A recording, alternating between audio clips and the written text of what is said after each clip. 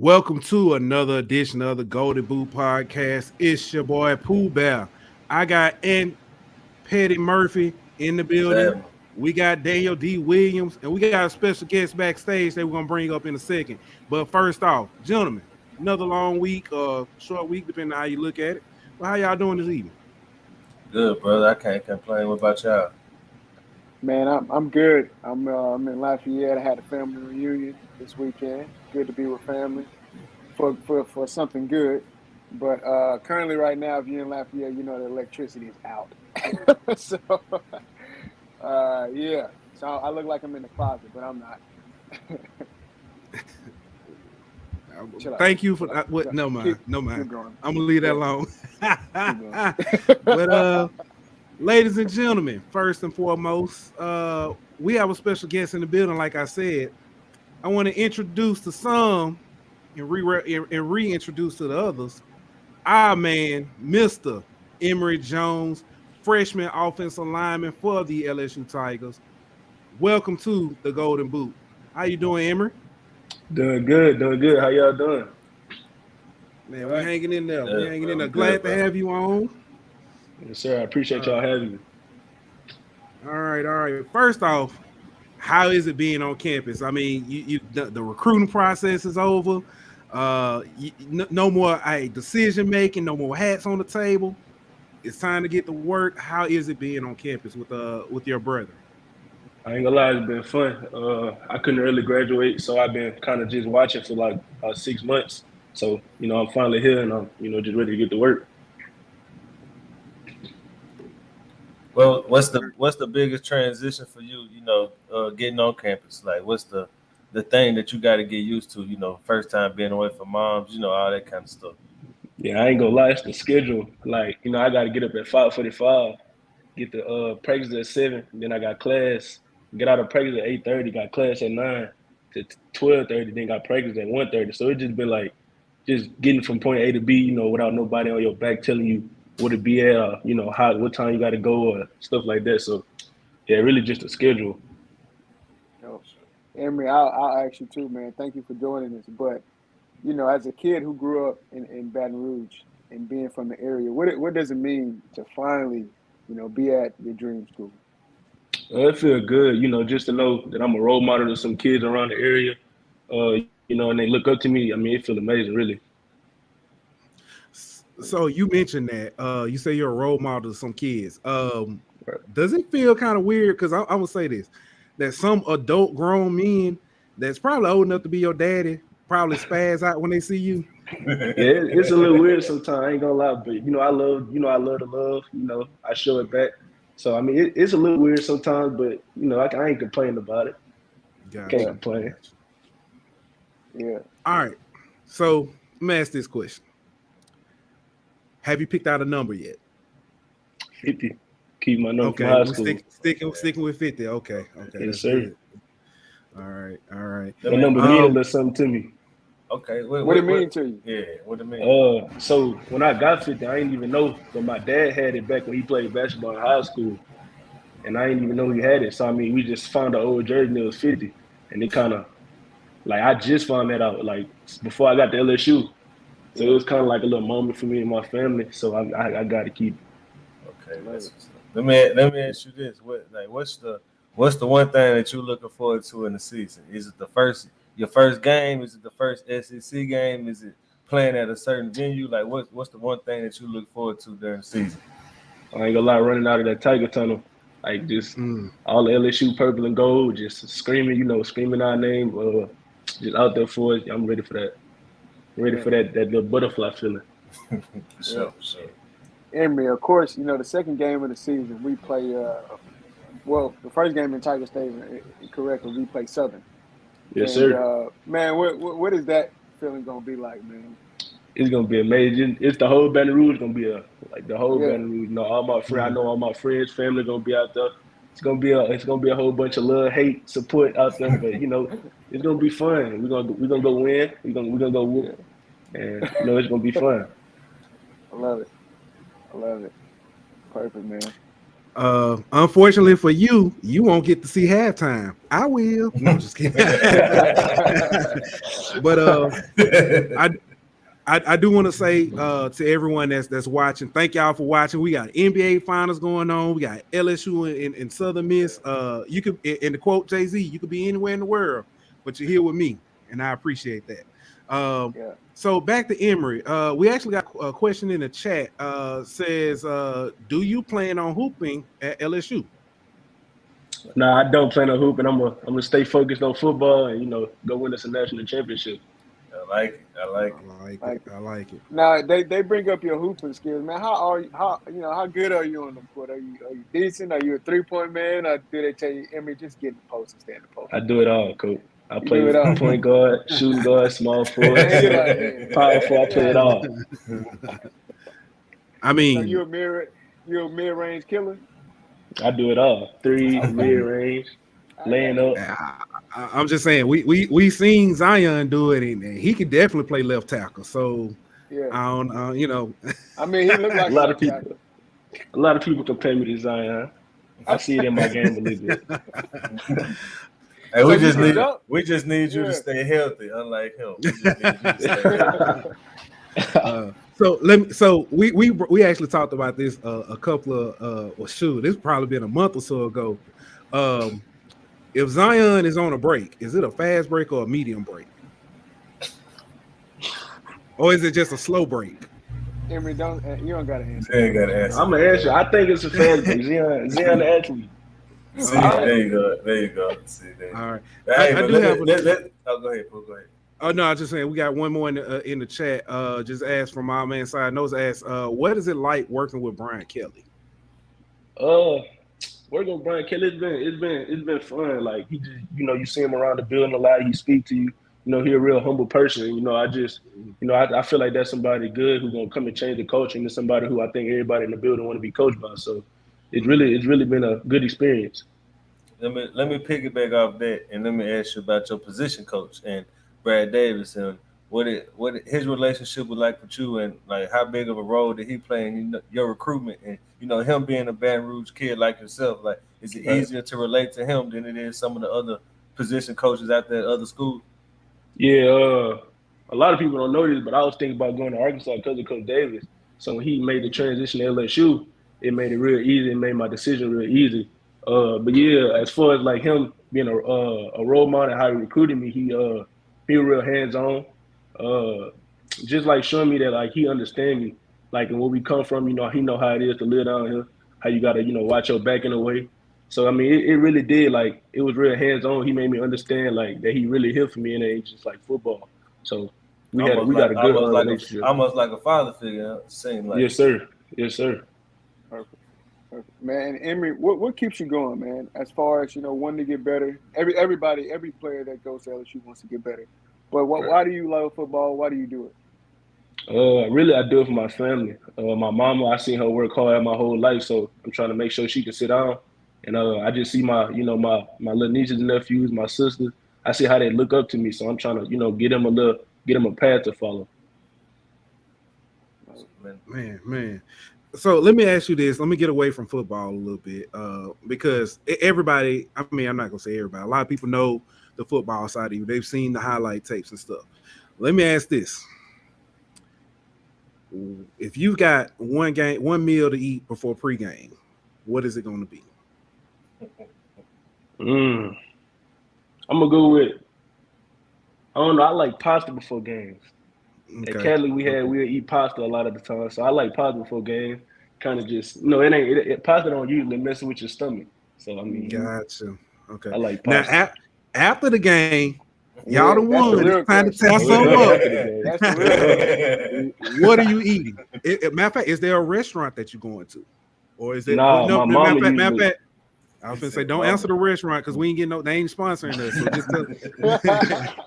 Nah, I'm a sponsor. I got a sponsor for y'all, Miss Nikki Kitchen, my mama. Okay. She cooks for me after game. Usually do a little burger, dressed it up real nice. So that's my little favorite meal, my mama meal. All right. I know that somebody else going to ask a question. Can't go wrong with that one. I know somebody. Let me ask this. Because you said a burger. Is it 2 slices of white bread or is it actually burger bun? Because everybody know the best burgers be on them 2 slices of white bread. I'm just saying. Nah, With the ketchup poking through. Man, nah. My mama see my mama a chef for real, so she be Okay. toasting the little. She put the bun on the butter and toast it. So, she be doing garnish and all that. Oh, Okay. yeah. I like that. Yeah. Your mama She Emery, cook. what kind of bread? What kind of bread she use, man? That's important too. Oh, I ain't gonna lie, I don't even know. He just know it's good. That's all he know. I can eat it. I don't know the Dang. details. Let me help you out, Daniel, because as a big boy myself, brioche bun. That's what she used. That's what I heard. I seen That's that. the good I think I stuff. seen that in the kitchen before. Yeah.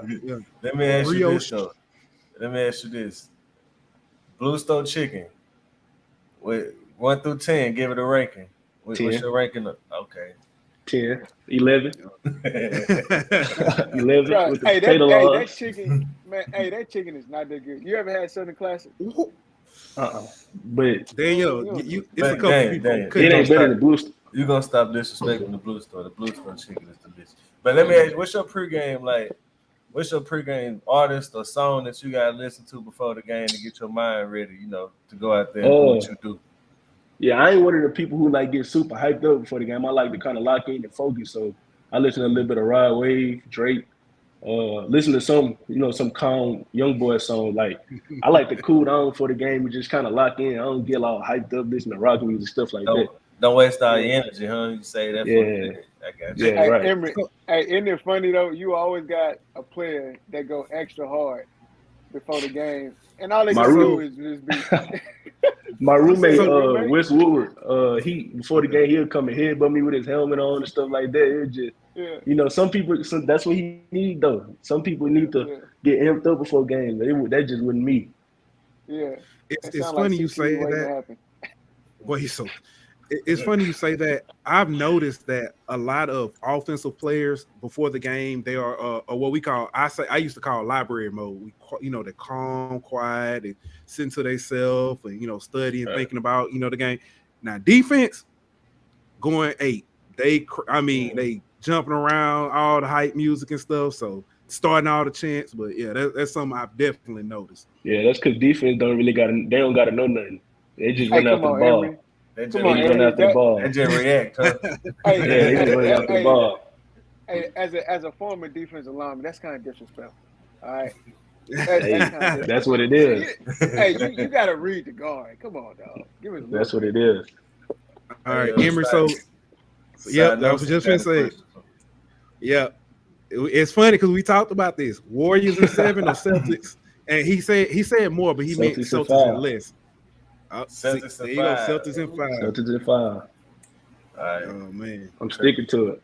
Chris gonna be in the comments. Just give him about 3 seconds. All right, let me ask you one more football question though before we end this up real quick. But our LSU national championship teams, they pretty much have a class from Louisiana, that kind of was the foundation for it. Do you think that you, Will Campbell, Walker, Quincy Will, LaTerrence, all them boys that y'all brought in from the boot last year, do you see yourselves being that next foundational piece for that next LSU championship? For sure, 100%. I mean, I feel like y'all can see the talent that we got in our in Louisiana and the class like that we brought in 2022. I mean, it's one of the best class in 2022. So I mean, I don't know. I just feel like we got all the pieces to the puzzle, and I feel like we're gonna go get it. Yeah, I like it. Yeah, for sure. I like it. All right, I'm sorry. I'm trying to keep up. We got finals. We got Southern Miss. So I'm trying. The LSU baseball game. Hey, throw that. That's a good question from Dylan. Throw the Dylan question up there, please. All right. Yeah. How are you adapting to the faster pace of college ball? Honestly, you just got to go through it. Going through reps, getting reps at it. I mean, you're not just gonna go in and immediately get into it. And me and Will even talked about it. He was like, you're gonna get messed up sometimes. It's just they looking at how you reacting to it. So I just been keeping a positive attitude. Obviously, trying to go out and win every rep. But I know I gotta understand that this college ball. There's some guys that been here for 3-4 years. So I know I gotta. It's gonna be. I'm adapting to it for sure, and I'm liking that adaptation. Playing against better people is more competition. So just getting after it. Who the best battle you had so far blocking? We ain't do one-on-ones yet, so I don't know. Okay. Yeah, All so right. Well, you're who in the you off looking season forward for to so far right now? Then who you looking I'm forward looking to forward going to Mason against? Smith. I ain't gonna lie. Mason Okay. Smith and J-Roy. And J-Roy, because I looked up to him, playing. He played at U-High, but I always looked up to him as like he from Baton Rouge going to LSU. And then Mason, he different. He an animal. I ain't gonna lie. He moved like a wide receiver in a way. So yeah, I'm looking forward to going against them boys. Love it. All right, Sharp we And got. guy, baby. I got a So quick one for you too, Emery. When your first workout with Coach Flint, how was it, man? Scale of 1 to 10. it was a 10. I ain't gonna lie. I like his intensity. I like how he, conduct the workouts. Yeah. At Catholic, we like that too. We go hard in the weight room. So that part wasn't a big transition. Yeah. Okay, What about the so that running? actually. As a former lineman, the running was crazy. That Yeah, affect you? it's all right, but I feel like I came in condition. Me and my workout boy, we were working out hard during the off season, Okay. so I feel like we came in pretty conditioned and ready to go. Good. All right, that So, actually ties into the question from the chat. How did your time at Catholic help you at LSU? It was I ain't gonna lie, Catholic. I think Catholic helped me the most when it came to like being ready for college football. Cause like at Catholic, they expect perfection. Like you gonna work. Like they understand you ain't gonna get it, but you gonna work towards perfection. And whatever you're doing, whether that's weight room, running, breathing, conditioning, like that's everything. They gonna push you to your limits, and they gonna try to. Also with the mentally part, like you gonna learn everything you need to know. Like I know how to run power since the sophomore year. And like, well, really freshman year, I knew how to run power and like everybody assignment on power. So I feel like Mm, Cali prepared me like mentally. Like I think they prepared me the most for this stage. Like it. yeah, that's good. Well, Emery, I don't want to let you go, man. You've been awesome, but we know, you got stuff. You got hey, Monday is gonna roll up real fast. So, Yeah, uh, 5:45 tomorrow. Yes, yes, sir. You need to go get I your want to. rest, my boy. Yeah, we want to thank you for coming on. Look For forward sure. to talking to you again. And Yes, sir. hey, best of luck. I look forward to saying, hey, we gave the. I don't know if we the first. Are we the first interview? First interview. Let's All right. Oh, listen, go. Let's let's get it. go. I look forward to saying we were the first interview for this future All freshman American. All American, First uh, Yeah. round draft pick, national unanimous All champion, all American. that. Yeah, yeah. All that. So Yes, hey, sir. I just appreciate y'all having me. remember the Yes, little sir. people and Daniel. Uh, but Yeah. nah, just hey, stay humble and keep grinding, man. We look forward to seeing you again and talking with you later on, man. Yes, Yes, sir. I sir. appreciate y'all. Appreciate All you, Have a right, good brother. one, bro. thank y'all, ladies and gentlemen. That was Emery Jones. Clap it up. Clap it up from the We ain't there Hey, yet. We dude. ain't there yet. Hey, we don't got a clapping noise. We don't got no. We ain't there yet, bro. We we need a sponsor. we're We need sponsor. somebody sponsor us so we can get all this kind of Yeah, stuff. yeah. That's a Daniel, great can segue. you draw? Great segue, Ant. Hey, so guys, as Ant just said, if you want to sponsor the Golden Boot, if you want to help us bring in more excellent guests, right? The See production. arms of an angel. So beautiful. Let me take my hat off for this. If you want to help support us, help me get my hairline to where it can come back right here like it used to be when I was in high school. If you want to help us do that, please, guys, hit the Cash App link, take a picture of it, send us, donate via PayPal to the Golden Boot. Also, please like and share. Guys, if we share a tweet, interact with us. If you don't like what we're saying, right? Interact. Let us know how you feel. Comment, subscribe, donate. Tell your cousins, tell your uncles, tell your pappies, tell the people that you don't like. All right? Thank you. I like that song, Pooh. That was good. Hey, listen. I was a singer in my former life. Name that Really? movie. Hey, and according to our producer, we are selling billboards for Daniel's forehead. Just call Oh, 225 DM me for the rest of that number. All right, fellas. Let's get into yeah. some some of our topics. First off, let's talk about Ohio State. So this week, and it's been the hot topic anyway with NIL deals and stuff with the stuff between Jimbo and Coach Saban. But Ryan Day came out and said that in order to operate in NIL space, Ohio State is going to need $13 million a year. To keep the players on, and that's to keep the players on the current roster. That's not talking about anybody that they bringing in. Just to add that to you, but man, my thoughts on that, bro, is welcome to college football. You know, Right. I mean, this the landscape that NIL has created, and if you want to play, you got to pay. You know what I mean?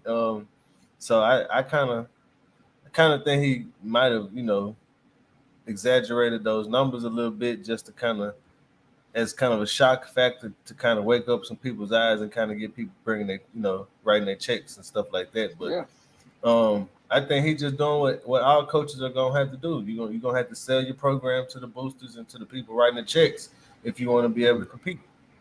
Yeah, and it's obvious that Ohio State right now is behind, because if your head coach has to come out and say this exactly is how much we need. It's kind of like when your pastor is saying, hey, guys, can you help donate to the fund?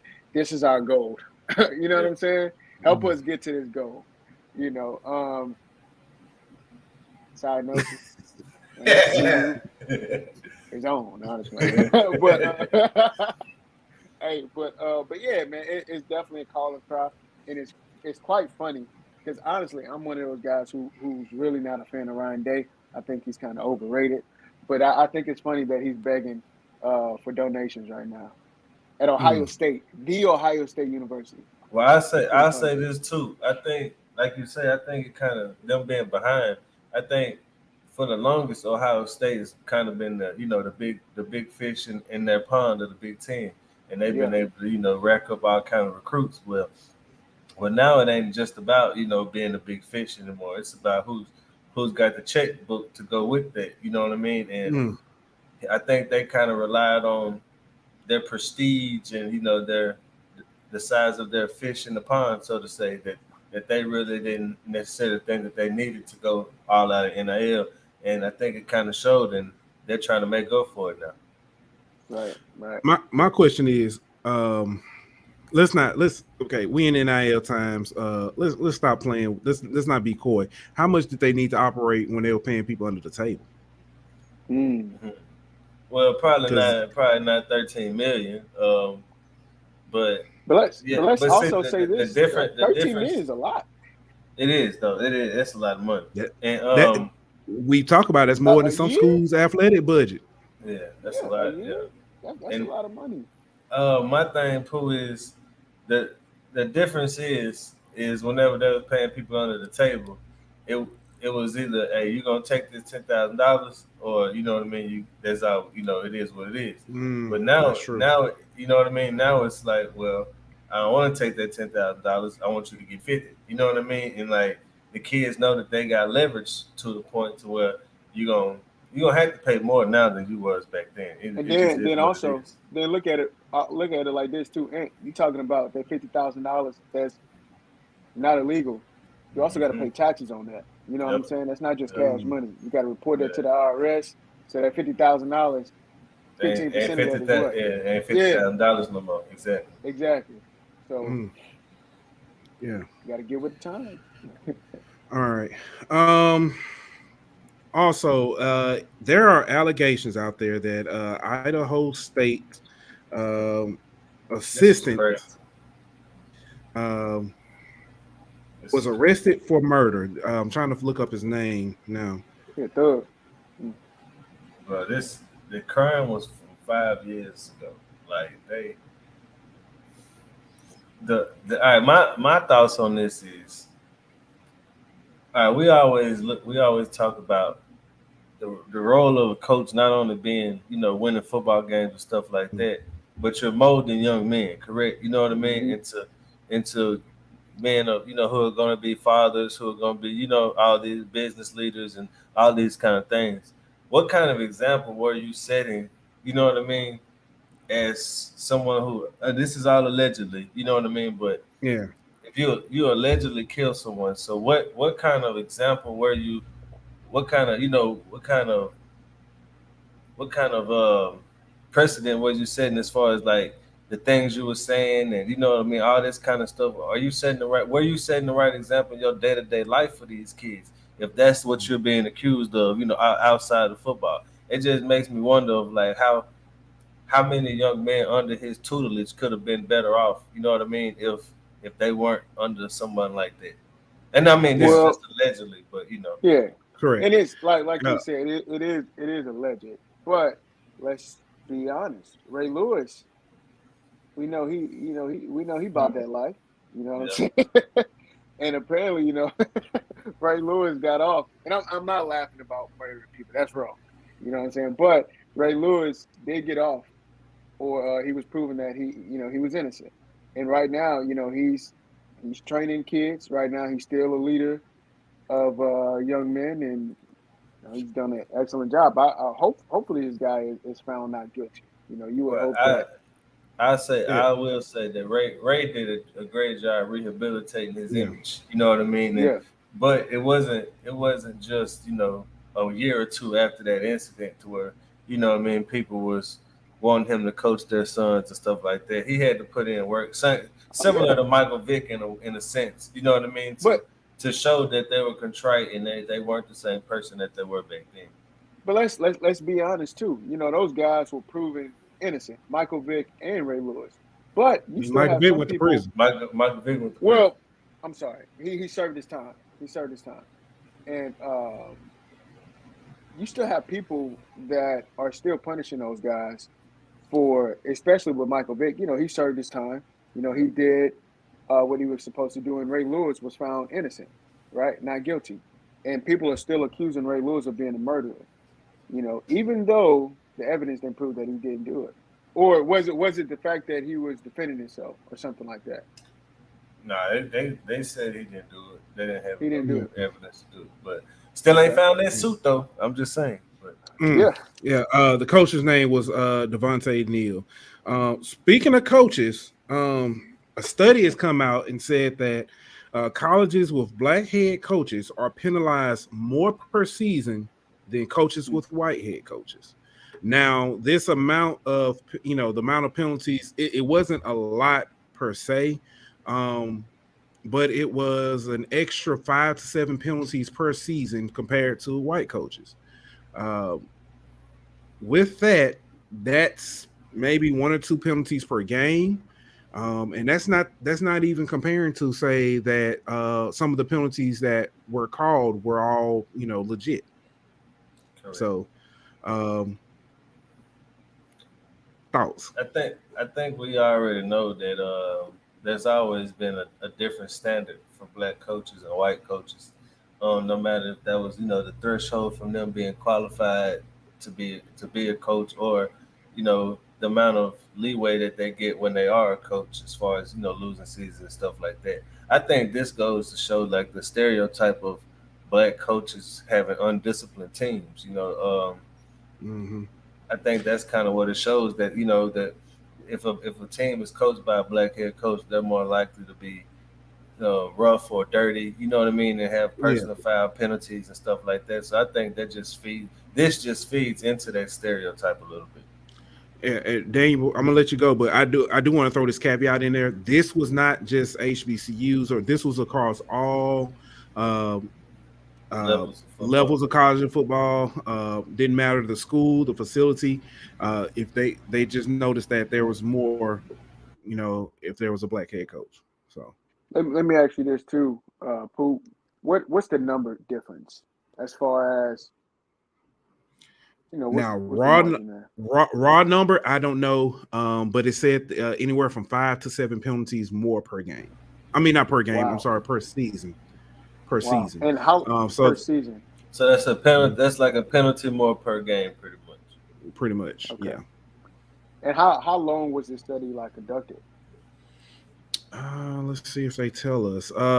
It said from 2014 to 2019, so 5 years. It's a 5 year pretty good study. sample size. Yeah. Mhm. So that's something that just, hey, we did this over a year and this will happen. No, Yeah. you got history there. Yeah, Yeah. but yeah, I mean, it's kind of like in life too, man. It's and I know we want to keep the sports, but a lot of times, as a black man, you have to be perfect. Gotta A be lot of twice as times you're good not for half as much. Yeah. exactly. You can't. It, You don't get too much string. That string is not as long. You know. yeah. Um, I was to throw this in there, Daniel. I know, and like you said, we try to stick to sports. But and a lot of people say, well, don't play the race card. It's not necessarily that the race card is being played, but it's the race game is always in our face. It's like mhm. we can't afford to be colorblind. Yeah. So Yeah. yeah. Hey, but you know Um, what? And that's the thing is too though. Like I look at it, I don't ever want to use it as a crutch. You know what I'm saying? I still correct. want to make sure that even though all this stuff is supposed to keep us a certain way, it's not for me. It's not for me and my Correct. family. You know what I'm saying? Correct. And we're gonna keep it rolling. Yeah, for All sure. right. All We're gonna right. keep it So chicken. um, this one goes to another coach.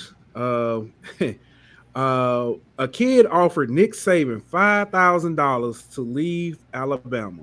The story goes that the kid snuck into the spring meetings, got to Nick Saban and offered him $5,000 to leave Alabama. Said that he didn't not he didn't want he was tired of LSU being in the lead. And then coming down to it, and they end up winning again. And he's like, "Dang, Nick Saban got us again." So that's why he made the offer. But it's At Nick least Saban's response was, it was a cute kid. The teen is and the cute, kid like was cute. 15. I You guess. know, he said something like Nick Saban said he think LSU have a pretty good coach, or something like that is what Nick Saban said. Yeah. Yeah. Yeah, I mean, if I was 15 and Nick Saban He called me was cute, he a junior. He a junior. The kid was listed as a junior in high school, from what I even read. worse.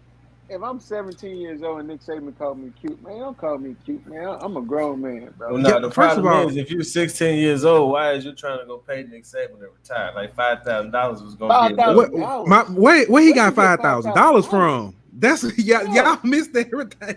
That's why I'm Well, like, y'all like, yeah. oh, the well, kid, well, well. You know, income tax refund.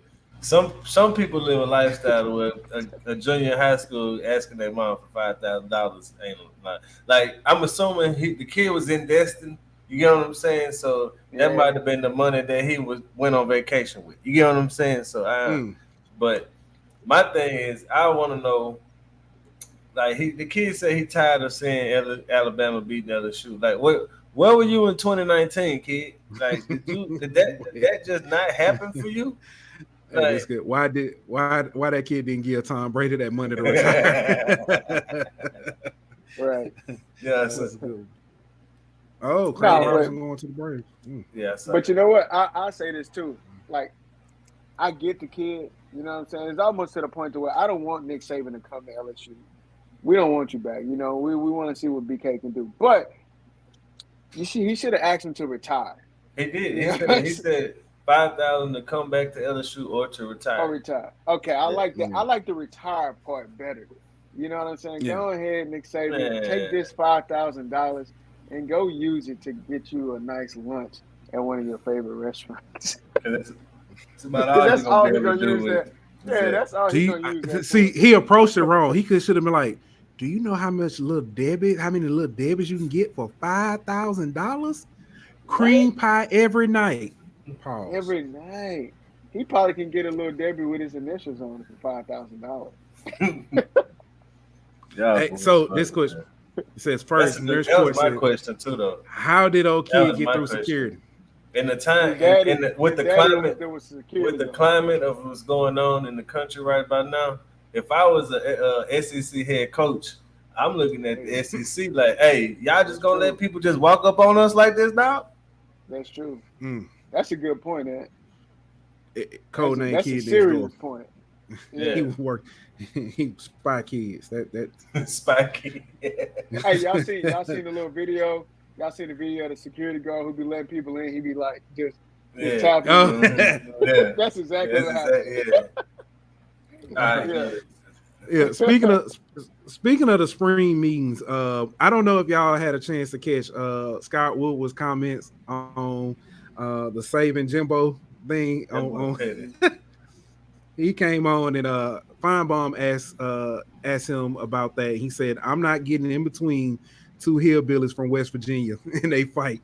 So That's funny, man. hey, And what's so funny you is got Scott Woodward is that literally probably the only person who could make that joke and not Yeah. one of those coaches get offended or mad Yeah. because he has a good relationship with both of them. Yeah. both of them. So Yeah. All right. that's pretty funny. I All like right. the So petty.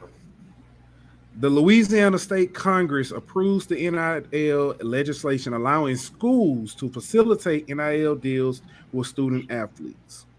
Hmm. So basically, this is waiting for a signature by the governor, which we know is going to happen.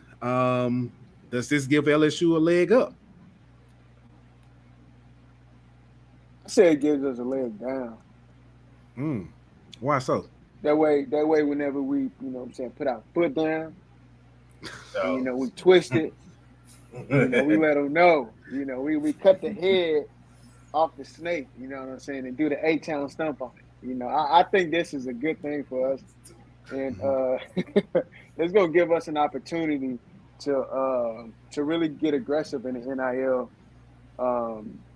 in this space, and to actually go after the players that we're used to getting. And I don't think Texas A&M will be able to get all those recruits like they did before.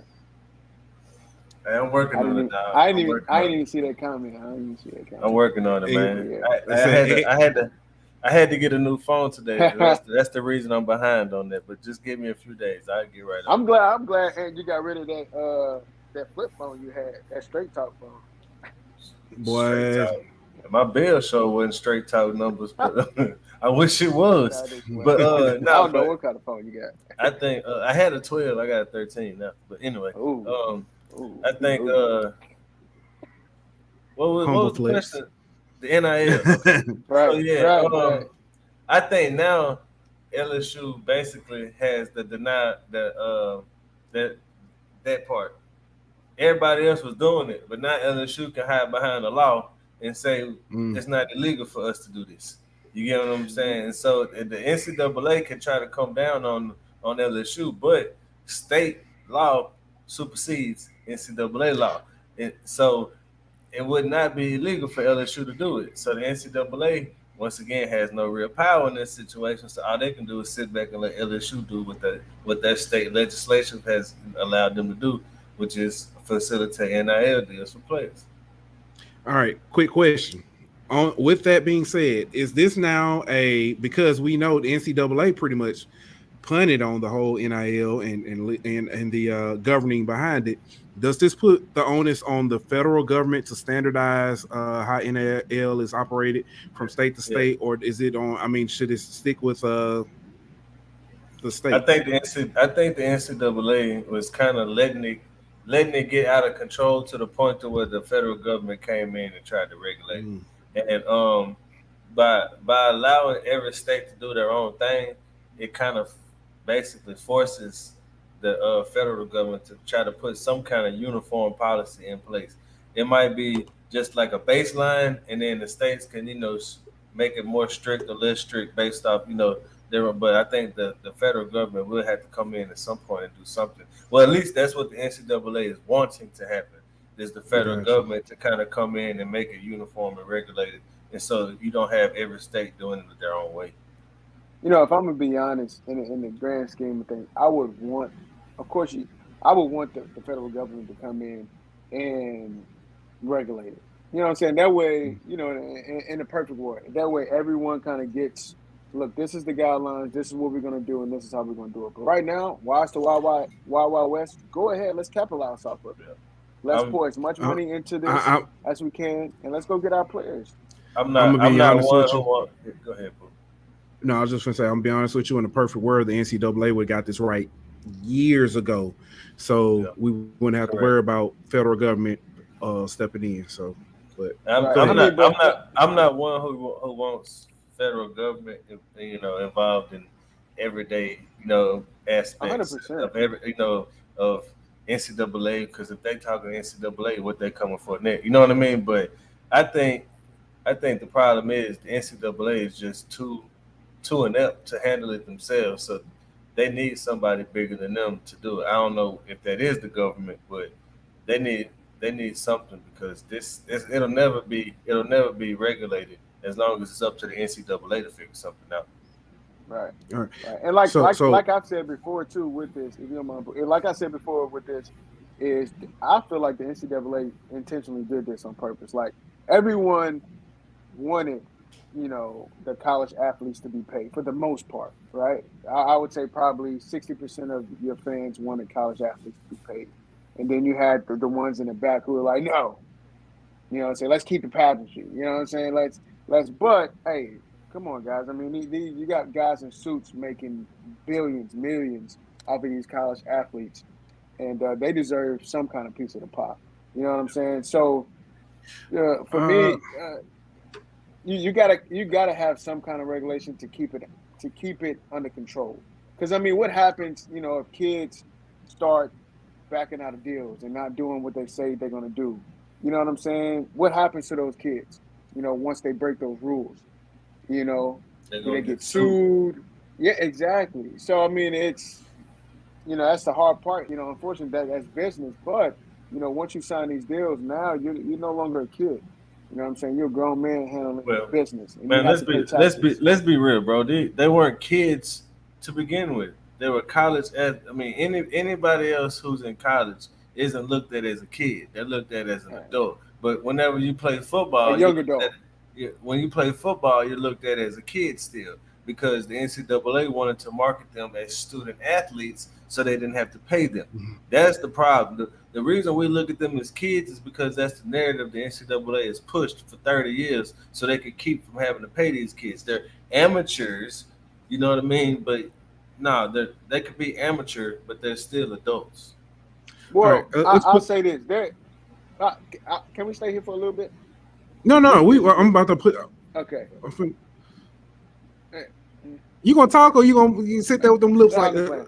you just? No, I was gonna But say put that but comment back up because it's something I do want to.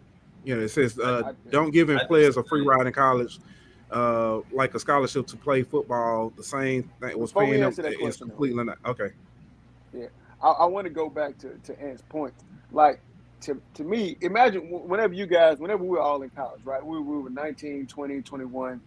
I honestly didn't understand why I was going to school or what I was doing until my second semester of my senior year, which was my last year of college. You know what I'm saying? So at that time, I was 24, 25. I was married already. You know what I'm saying? When my wife was pregnant with my son. You know what I'm saying? So I didn't even understand what was going on until I was 24, 25 years old. So you got these kids that are 19, 20 years They're old. not They don't know what's kids. going They're on. Bro, not they kids. mentally, I they're don't. I kids, don't bro. care. I don't care.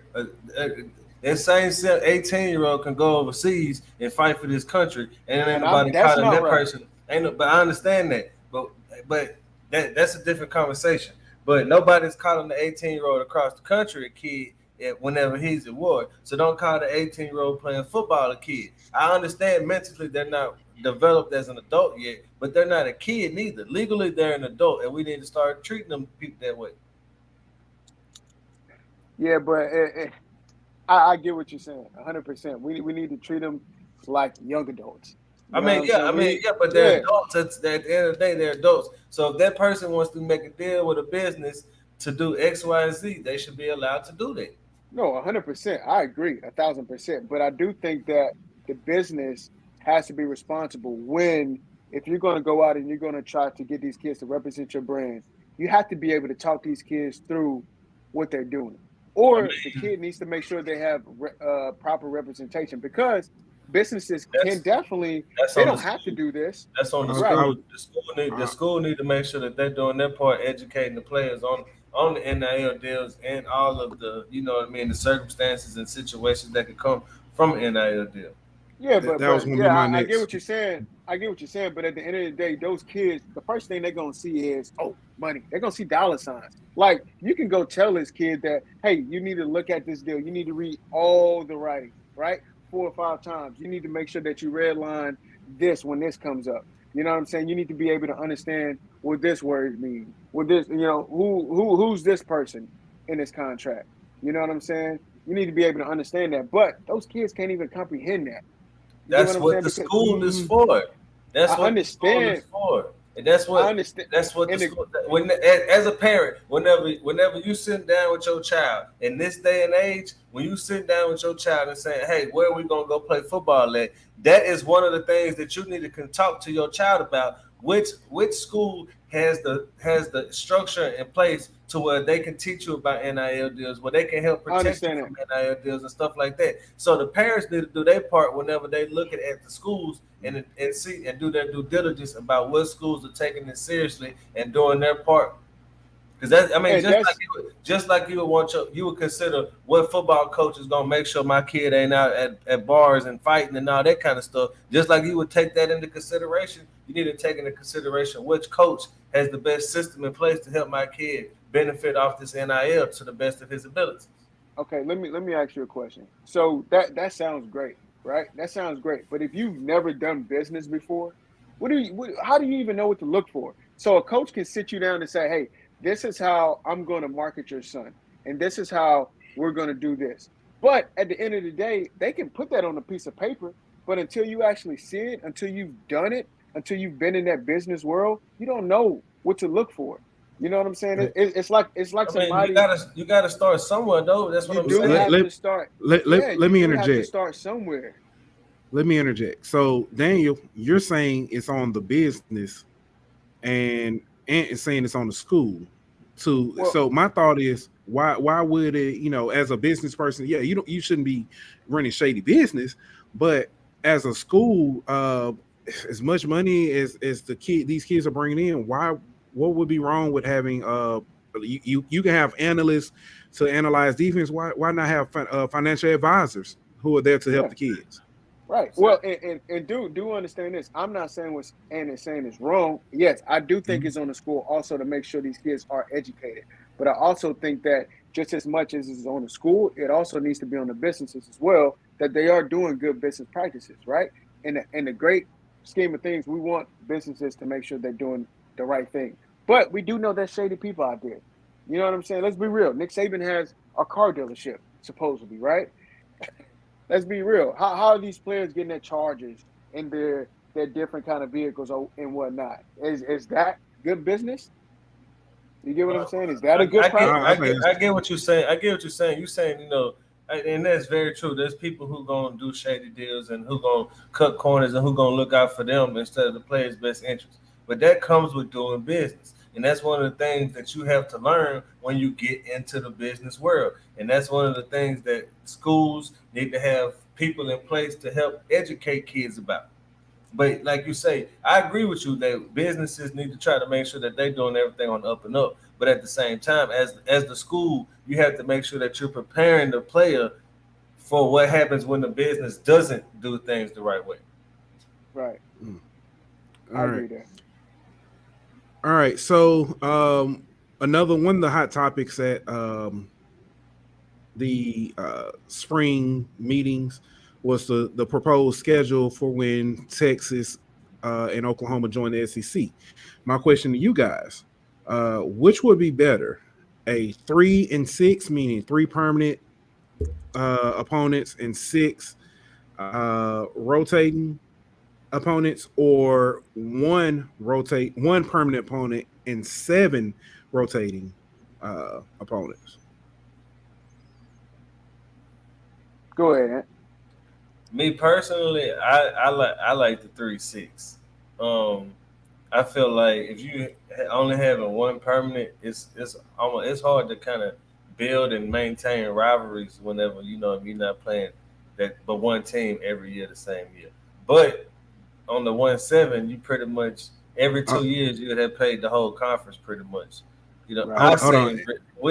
Rick, man, we going that's Daniel No, no, no, question. no, no. I That's know. Hold up. scared. Hey, producer, put up Rich comment. He said he has a hot topic.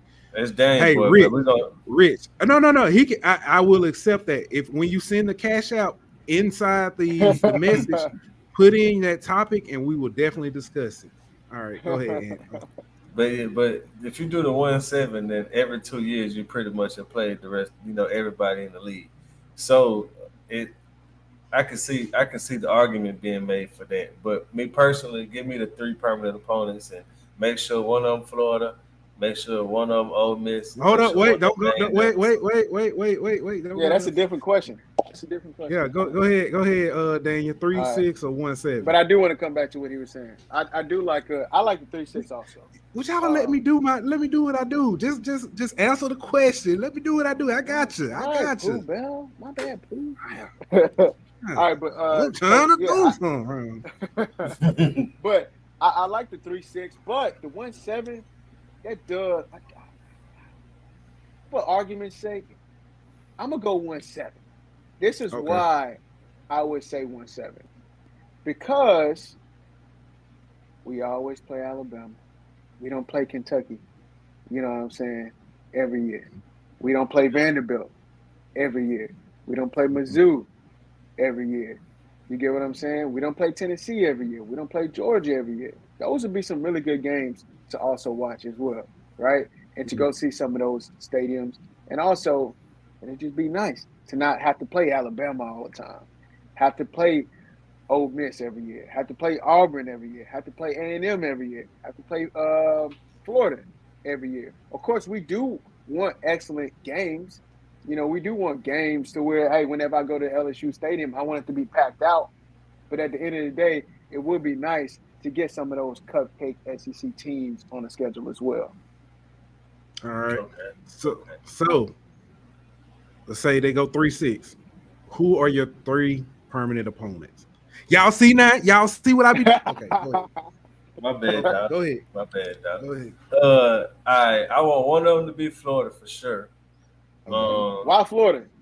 Just because I pretty much hate them more than any other SEC team, and so I want to make sure we still play them every year. Texas A&M, just because they think they are a rival and they think that they big and bad, so I keep like to put them in their place every year. And then I'm gonna go Ole Miss just because it's. I almost took your 3, but I'm gonna go Ole Miss. Actually. No, keep it. All right, I go Ole Miss just because of the history with the Billy Cannon run and all that kind of stuff. Yeah. All right, so my number 1 would definitely be Florida. My reason for Florida would be because Billy Napier. I want to see. I want to see how long this possible feud will last. Of course, the hate for Florida right now is and Corey Raymond. Yeah, and Corey Raymond. I like Florida. Like but also, I'm gonna be real. I want to keep Bama on there. This is why I want to keep Bama on there. This is why. No. I'm with you on that one. I'm making this. The face I'm making is because of Rich comment. I'm let you finish. Hold on, Daniel. Okay. All right. So the reason why I want to keep Alabama on it is because the reason being we finally got a head coach who knows how to run a program. You know what I'm saying? That's real. So I want to give him time to be able to get the players he wants in, right? But not only that, we compete against the best as long as Saban is there. That's right. Hey, but I say this though, I agree with what you just said when you was talking about the 1 and the 7, and it'd be nice not to have to play Alabama every year. It would, but he gave us the option of 3 and 6. I know, but I'm just saying. You say it'll be great not to play Alabama every year, but one of my permanent opponents, Alabama.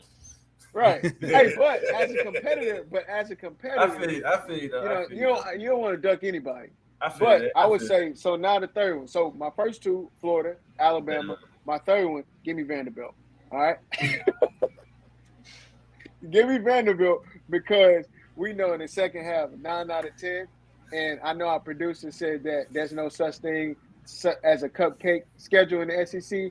Yes, there is, sir. When you play Vanderbilt, Mizzou, who else? Vanderbilt, Mizzou, South Carolina. They're gonna be good this year, though. South Carolina gonna be good. Okay, they're good every one out of 4 years. They're good, right? And whose schedule that sounds like? That sounds like Georgia's schedule every year, if I'm not mistaken. when Miles Brennan Well, was everybody beat us in 20. Let's be real. Who did beat us in 20? Florida didn't. That's Florida. a shame. They should have. So I'm gonna give my 3, but I don't know if Rich was answering to the producer's question, is there such thing as a cupcake, or if he was answering with 3. But either way, that's wrong because that's 1, 2, 3, 4, 5, 6, 7 teams. I think he wanted 6 permanent opponents and 3. There has to be a call in line. Rich, we will get one again. Once you send that money to the cash out, we'll be able to buy us one. So, we'll buy us a straight talk and take y'all calls. But my 3, I want Florida. First of all, the games, saying Florida is Florida, period. Auburn, LSU games have always been just they have. From the barn burner to the earthquake game, to the comeback. Yeah. To the comeback. Yeah, that's hold on, Rich. He'll pay. Hold on. Here you go, Rich. Let me help you out. Right there. Let's take it. There you go. Ahead, donate. Hey, look, we'll get you in on the next show too. No, you got to donate. You got to donate a lot for that, though, brother. You got to donate a lot. Hey, should we start at 25? 25 to be on the show. You better put a 0 behind that thing, but again, so I had Auburn, Florida, and I have to agree with Daniel. I want Alabama. Because that way we beat Alabama. So you want 3 tough teams every year. That is tough. Is Florida really a tough team every year? Is Auburn really a tough team every year? Auburn play LSU tough every year. Every year, even whenever they ain't a good team, they play us tough. I mean, look at last year. Look at last year. They weren't that good last year. Bo Nix ran all over us. Hey, but let's keep it a buck. Like, I'm not sleeping. You just said, hold on. I know what you're doing, Pooh. I'm gonna pick Florida and the 2 teams in Alabama. Not really. No. So my thought with playing Alabama. If we beat Alabama, the years we beat Alabama, we move on. We go to the championship or we go to the playoff. True that. If not, if we don't play Alabama, and who are we gonna run into in the playoffs or in a must-win game? We have to beat them either way it goes. So what's the difference? Exactly. So I'd rather not have him on the schedule and hope that I don't have to see him in the playoff. If you put him in the regular season, you ain't got no choice but to see him in the playoff. I mean, if you're gonna have to beat him either way, like you say, then let's hope that they don't make it to the playoff, and we ain't gotta see him there yet.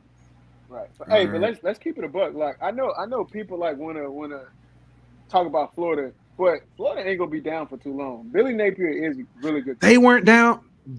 In 20 they weren't down. They went to the SEC championship. They underachieved. If we did not beat them, they in the playoff conversation. No, if they didn't beat themselves. Yeah, facts. They beat themselves. They didn't beat themselves. They threw the shoe, dog. Come on, that's true. They threw the shoe, that's true. But we had no reason to be in that game, though. We ain't had no reason. Yeah, that's real. We said one of our best players. Yeah, matter of fact, we said our whole team. I get it, but do y'all not remember in 2019 he ate us alive? He ate us alive. Who? I can't even think of his name. The tight end who played. You talking about Trash? You talking about Pitts? No, not Trash. You talking Pitts. about Pitts? Yes. Who didn't have a catch in the second half? Bro, Pitts ate us alive that for the game. Who didn't have a catch in the second half? I don't know. I ain't looking at the stats. Who didn't have a catch in the second half? So moving on. But that's why they fired their coach. That's why they fired their coach, because he was this year. This in 21. Wait. Pitts is in the NFL now. Yes, but they just fired Mullen last year. You're saying the head coach? I'm saying the reason why he got fired is because every time he had something, he stopped it. So he was an idiot. Moving on. Have y'all not know? Yeah, we're gonna move. But I just want to say, have you not noticed that Florida makes it to the SEC championship and fired their coach? McElwain made it to the SEC championship. They fired their coach. Well, Mullen made it to the SEC. Sharks. Yeah, that was. Yeah, Yeah, you can't hump sharks. You can't hump sharks and think you're gonna keep your job. Like that's not cool. Like, in what world is it okay for a grown man to hump sharks? That's weird. yeah. All So right. So move on. Josh Pate came out and said LSU is the second best program since 2000. Yeah, A lot of people seem to think different because of the last They 2 said years. Ohio State should be number 2. LSU hmm should be top 5.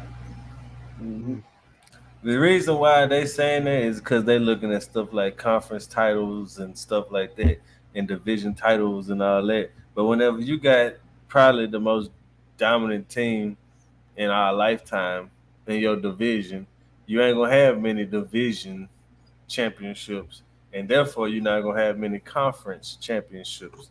So, right. but whenever you got That's the reason why we should do the 1-7. But go ahead. and that's the reason why we shouldn't have Alabama every year. But anyway, but you get 3 national championships in that span, only behind that team in your division.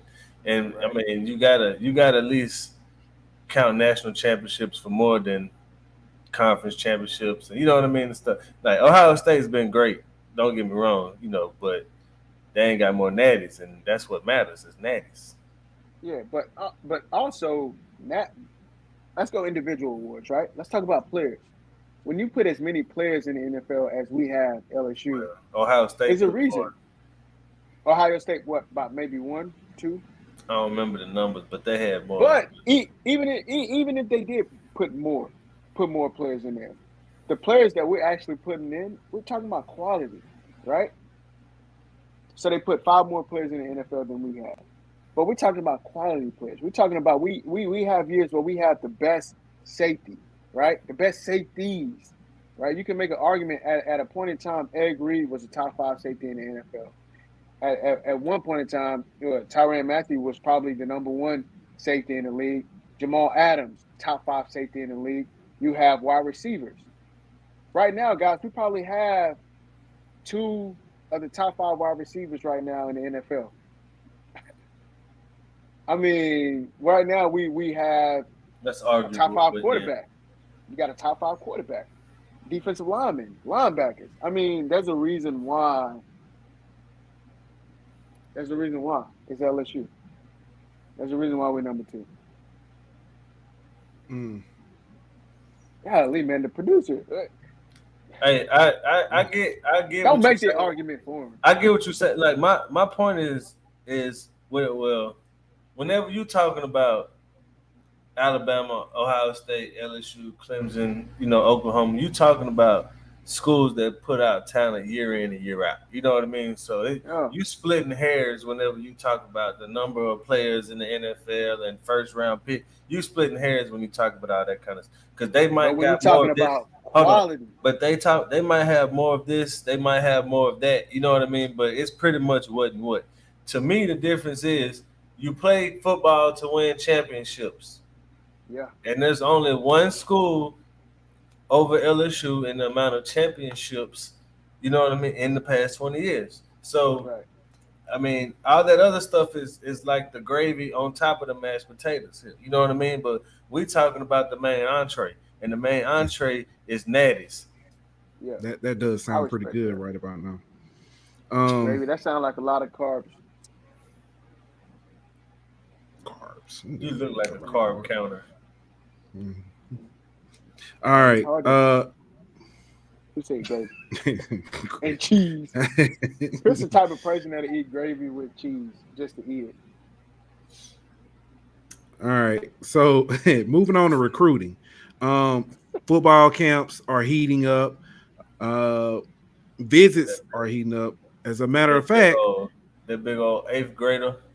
God, that's a big old little boy, 6'6", man. 250. Man, that's a big old boy, man. hey, so I think the AJ. best part of that was Major Burns' reaction to finding out how old he was. When that boy said he was a freshman, man. Hey, make sure you come back to visit us. But It's been reported, and it is about 3 hours ago. Jaden Rashada has arrived in Baton Rouge for his official visit.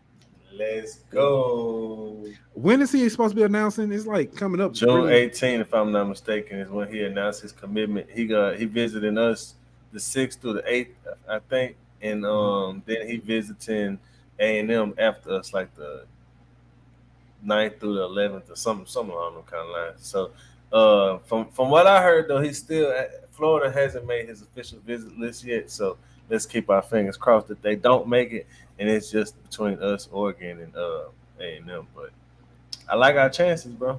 I like our chances too, man. And honestly, right now you definitely you're not in desperate need of a top quarterback, but you're in desperate need of a top quarterback. And the reason why I say that is because of the fact that you got the number one quarterback in the nation in your state, which, some people say that he's probably a little bit overrated. But not only that, you also have the number two quarterback in the state, very talented guy, just went to one of your rivals.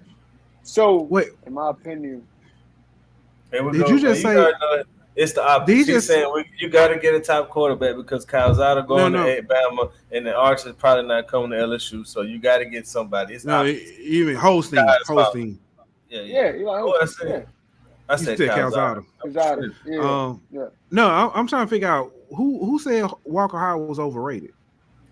No, he talking about Manning. I didn't say Walker. I'm talking about Manning. I'm talking about Arch Manning. Oh, okay. Yeah. Okay. Gotcha. Yeah, no, I'm not talking about. Oh, Chris. He come out for that though. There you go. Come out for that.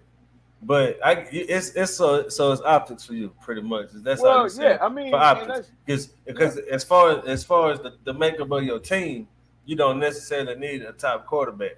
But for optics standpoint, you need a top quarterback to make up for losing. Yeah, but let's be real. Perception is definitely reality. No, so, okay, well you can say that. But at the end of the day, whenever you're looking at it, players still want to play for programs that other players want to go to or play for. The hot name, right? If you're continuing to lose those top players in your state to rivals, and of course I know with us having a new staff, that should change. We're hoping that it changes. And right now they're doing a very good job of making a top 5 list of players.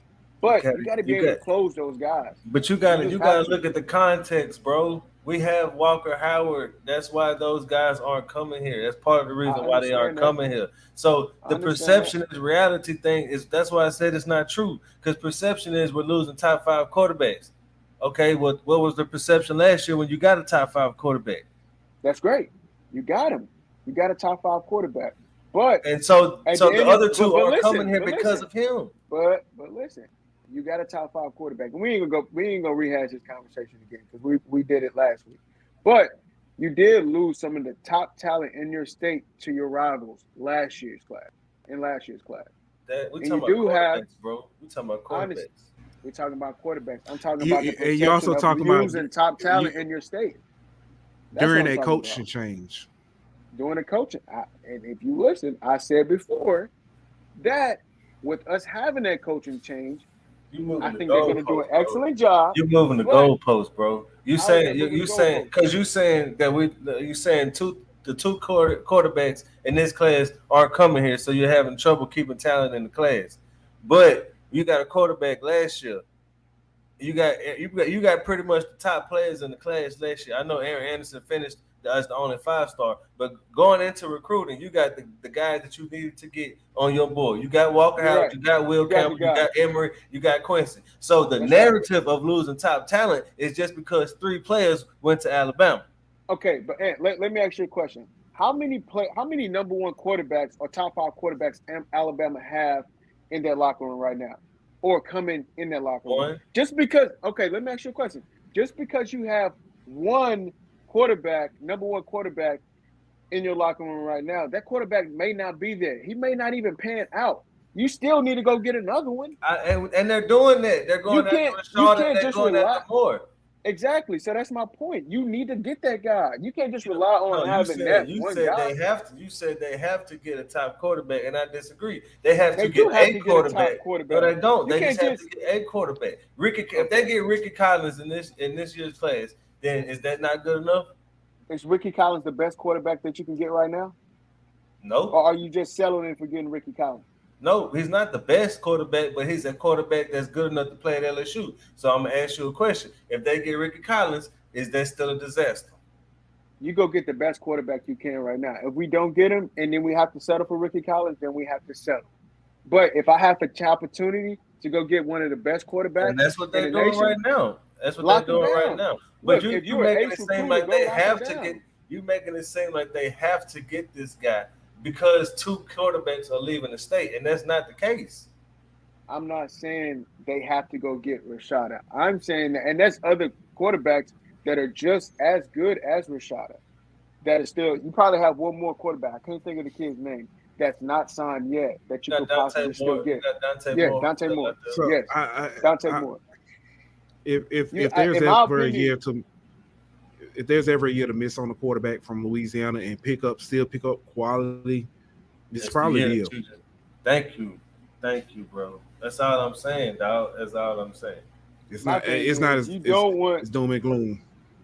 Nah, I'm not saying it's It doom and gloom. sounded like it's doom and gloom over there. Yeah, but my thing is, if you want to compete at the highest level, you always have to be able to bring in top talent, and you can't just settle. But you're doing And you that. can't. And Okay, you also, who's to say that they're not able to bring in top talent?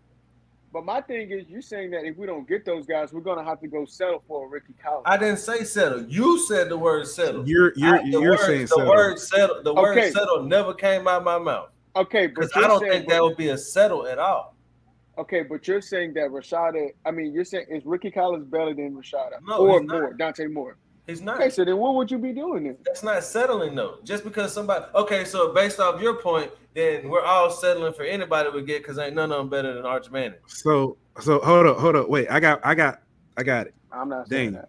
Okay, Arch but Manning there's is not better than those guys. There's always a prospect better than somebody else. So if you don't get the best prospect, does that mean you're settling? Hold up. So here we go. You getting ready to go to prom. You got two dime pieces that, you know what I'm saying, they both turn you down, but you got a 9. Does that mean you settled? Or does that mean you just gotta get the 9 pieces? You gotta take what you can get. You settle. No. That's not settling. Now settling is if settling is if all of a sudden, you know what I'm saying, Big Bertha come along and you like, well, I guess I gotta take you. What you want to eat? Sizzler? Ain't nobody else left. Ain't nobody else left. Settling the dime pieces aren't left. Settling is 3 o'clock. Settling is 3 o'clock at the bro. You just trying to do what you gotta do to stay on your side of the argument at this point. Settling is 3 o'clock at the bar and you seeing what's left. That is settling. But let's go ahead and take a little break right now while we at it. We'll be back in 30. The Golden Boot Pod is proud to announce that merchandise is now available. We have everything from t-shirts and hoodies, to hats and beanies, to drinkware, to wearables and blankets. You can find it all under the merchandise tab at thegoldenboot.podbean.com or go directly to thegoldenboot.com. As always, thank you for supporting the Golden Boot Pod.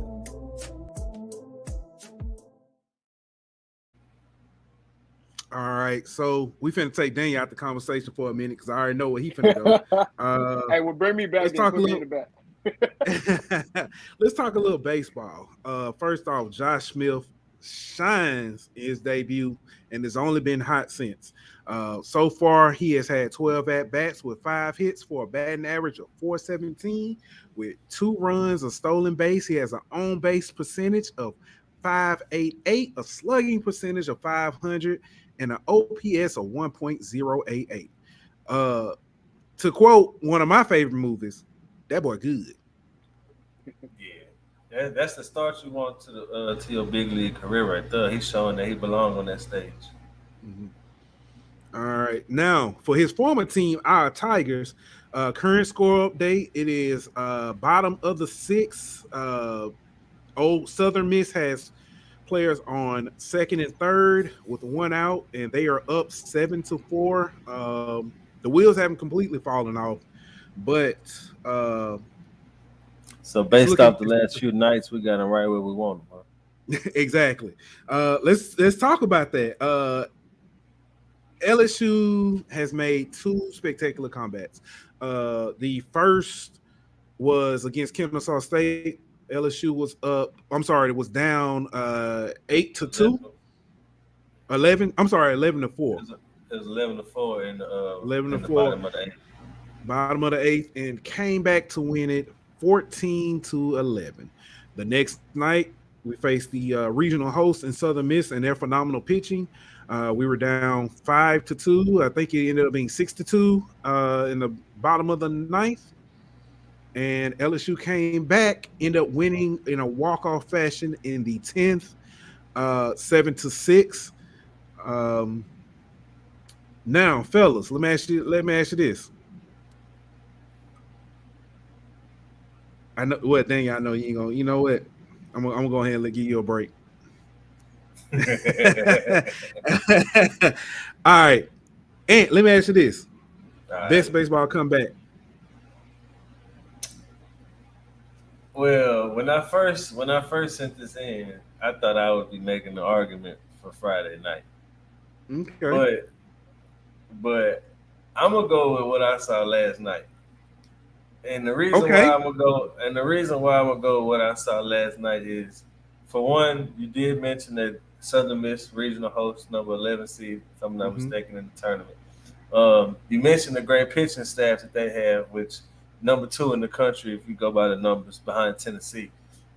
And there were multiple times where in that night, it was the bottom of the ninth inning, which we made all this magic happen for the most part in the 10th. But we were down to our last strike, numerous times during this rally, and most of it came with 2 outs in the ninth. So you're talking last out, last strike, and when you're able to string together multiple base runners and score runs in that kind of situation, I think that's got to be the one.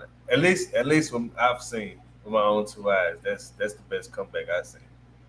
All right. So I think you recency bias.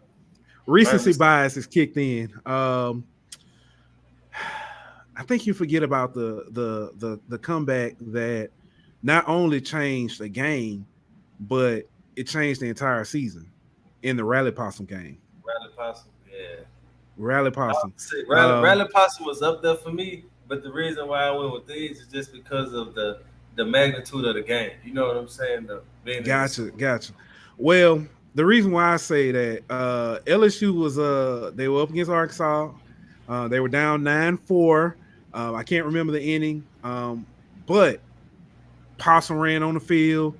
Arkansas player tried to pick it up. It growled or snarled at him, and I did see that Possum thing though. I see it on SportsCenter. I don't know if it's scared of the Arkansas player or what, but after that,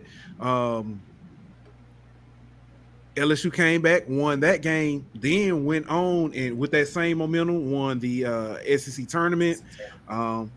Went on. They actually won they ended up winning the SEC West. They ended up winning the SEC outright in the regular season, won the SEC tournament, and then ended up going to the College World Series final. Yeah, they went to the finals. They ended up losing to Florida in the championship. That's right. They should have won that series too, but that's neither here nor there. Should have. But another one that jumped out to me, I can't remember the year, and I can't remember the player. LSU was down to Tennessee by 7 or 8 in the bottom of the ninth, ended up winning on a walk-off grand slam. So there was one. It might be the same year I'm thinking, but there was one year in Hoover where they had a rain delay in like a 2-hour rain delay in the game, and they were down I think by 2 when the rain delay started. This one was at Alabama, but I know which game you're talking about. Yeah, this one was at Hoover. This was an SEC tournament, and then they had a rain delay of like 2 hours, and they came back after the rain delay, won that game, and ended up winning the whole thing at Hoover. I think that was like 2011, maybe something like that. Okay. All right. So, bam, here we go. Speaking of baseball and the future of baseball, LSU's baseball recruiting class, is this the best ever? Five Loaded. Gatorade, five Gatorade Player of the Year in this class, and it's not even over with. That class legit, bro. Eat.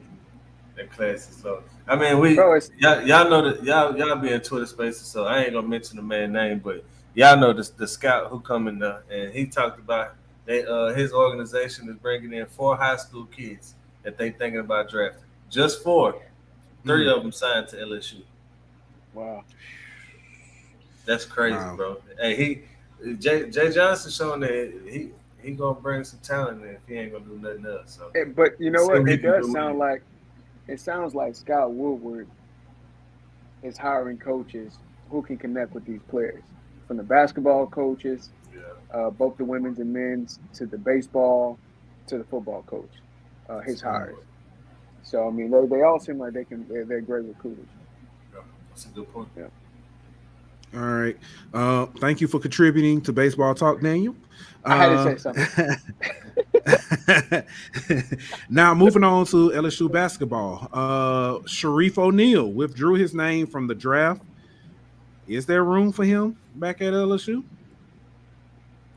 I don't know. I don't know number wise if there is, but I think fit wise, if the numbers work, I think you bring him back just because of his intangibles, the way what he brings off the court and his leadership, and he seems like that stereotypical lunch pail guy. You know what I mean? Who just Hmm. brings his hard head to work every day and just goes about it. I'm not saying he's going to contribute a lot on the court, but he's somebody who knows what it takes to play in the SEC and can kind of be that coach on the court for them younger guys. Let's be honest. This is also one of your biggest alumni sons. Hmm. You know what I'm saying? So You make I know you room. guys. Yeah, Yeah, you do whatever you got to do to make sure this kid gets on your basketball team. Okay, because that's the last. I think before Shaq said in the interview that, he just speaks you know, highly of the last yeah, regime and how they handle his son. exactly. So honestly, you want Shaq on your side. We need Shaq on our side. It's nothing like walking on LSU campus and you see a big 7'6" human being. I don't think he's that tall, but he looks I that was way. wondering He's who you were seven. talking about. Yeah, he's Yeah. 7'1". 7'1". But essentially, you know what I'm saying? Shaq is everywhere. And his kid can ball too. So you do whatever you, like you said, and you do whatever you got to do to make sure you keep that young man on your team. All right. So NBA Finals is going on. Score update. Golden State is up 71-62. Mm. With about 3 and some change left in the third. Uh, so they're definitely still in this game. According to Let's what be happened. honest. Well, why is everybody just acting like Golden State's gonna roll over and lose? This is still Golden State. I know Boston right now is kind of like the Cinderella story or whatever. It How just they a it just Cinderella looks story? good, or it just Yeah, feels Cinderella. good to have Boston How they a win Cinderella story? compared to Golden State. What were they, number 2 or number 3? It's just a The better number 2 look. team in the East. East. I'm just saying And it's a Golden State better was like number look. 4. I think it's just because Golden State I'm thinking. has the experience versus Yes, exactly. I'm yeah talking about versus All right, let me. which color. I'm gonna tell you. I'm gonna tell you why Boston has a chance to win because of their defense. That's the reason why. There you go, right there. Yeah, exactly. What Dandy Thompson comment? There you go. Bam. Correct. that exactly. But I would tell you this: there's no way Golden State is losing this series. I'm sorry, There's no they're not way. losing this series. You Yeah, they're said not there's losing this no series. way. How? Let me ask you a question. That's always a How way, but they're how not No, losing. you just confident? said there's no How way though. So I mean, which one how is? how confident? How confident are you in that? I'm pretty confident, We'll talk off mic. very confident. Yeah, because We can talk. I don't betting is against my religion. Who said anything about betting? We can make a friendly way, a gentleman's wager. You know, That sounds like betting, sir. I'm betting 4 stacks. That's the minimum. Post I'm stacks. I'm coming with pressure energy. 4 stacks is the minimum I'm betting. Let's talk all about right, that. all right. So in the NFL, Jarvis Landry has been dominating camp. Are we Yes, surprised? sir. Not at No, all. yeah, he's from LSU. He's from Louisiana. That's Well, what he not do. only just that, he with a quarterback that's actually worth something, unlike Baker Mayfield. Are you sure about that, Ed? Are you Yeah. sure he's with a quarterback that's actually worth something? Because from my understanding, we should be not hoping for playoffs or anything like that this upcoming season with James as our quarterback. So That's what people say. Yeah. yeah, that's what they say. Yeah. Well, That's they what also they say. said that Baker Mayfield is a great quarterback, and look at him now. The Browns can't Exactly. even the Browns can't even trade him if they wanted to. Mm, They can't even trade him all for a right, hot dog and a Fanta. Right. boy. Crazy. All right. Should the Saints sign Indomitians too? Yes. Yes. 100%. Yes. How Yes. many teams has he been on and they Yes. won Yes. a Super Bowl? Yes. It ain't even just that to me, bro. You have nobody on the interior beside David Onyemata that can get pressure on the quarterback. Like last year, there was Onyemata had like 33 pressures or something like that, and then they had the rest of the D tackles combined had like 32. You know what I mean? Right. Like you need Mm, somebody else who can move that pocket from the interior. And Sue, no, like him, love him, whatever you feel about him as a I person, love him. as a player. But when you talk about what he can do on that field as far as rushing the passer, you need somebody like that in your Let's lineup to say. let's also say that you bring in another leader, right? You bring in another leader on your defense, a real pro, a pro who's done it at the highest level. Combining him with, again, let's repeat, Tyrann Matthew, right? Um, Cam God Jordan, dog it, Cam Jordan, Demario uh, Davis, the Mario Day. You go ahead, and spill it out. You know what I'm saying? yeah. Yeah, your cornerbacks, your safeties. Mhm. You're gonna have an excellent defense. You bring that kid, you bring the Dominican Sue in. And plus he's just nasty, bro. I know a Yeah, lot of people think the Dominican Sue is dirty. Look, he's changed his play a lot over the last years. I miss the Dominican Sue stumping on people. I miss that. Because guess what? As a defensive lineman, you need to have that dog in you. You need to be nasty. You need to be aggressive. You need to be mean. Maybe you don't need to stump on people, but you need to you be still need to you be need to be a nasty and have head a thought. honcho. yeah. A You head need to be hunter. you You need need to to be a be dog. All right. you The thought need of to be a stumping head somebody of need to come in everybody. your head. You need to go Okay. head first for that quarterback. But no, Hey, I'll sign All say right. this Sue, though: man. Sign him. If you sign Sue and you combine him with Tyron and Chauncey Gardner Johnson, you're gonna have Ooh, one of the most hated secondaries as Mm, far as other teams. You know what I mean? Like teams really gonna hate you. yeah. I All love right. it, bro. So Bad boys. the NFL just had several players retire. Ryan Fitzpatrick calls it a career after 17 seasons and several different teams. Uh, It's Alex mad. Mack, yeah, Alex Mack has retired. He was a offensive Center. lineman, center. He actually, It's like I just 7 saw a years, huh? stat. Five I years. forget. I know Like since 7 like years. I want to say since like 2012 or 2013, he has the most offensive snaps behind only uh, Tom Brady and Matt Ryan. That's awesome. No, Um, wasn't he Matt Ryan center? Wasn't he a Falcon hmm center?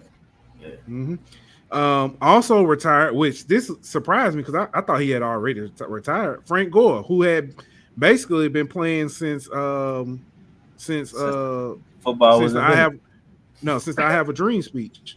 Um, That's funny. Hey, he he, marched he he marched on Washington and he I see him in he the helped picture with MLK. he he helped free slaves too. He was a fullback for Harriet. Hey, he Hey, hey, but blocked the nah, Billy Cannon.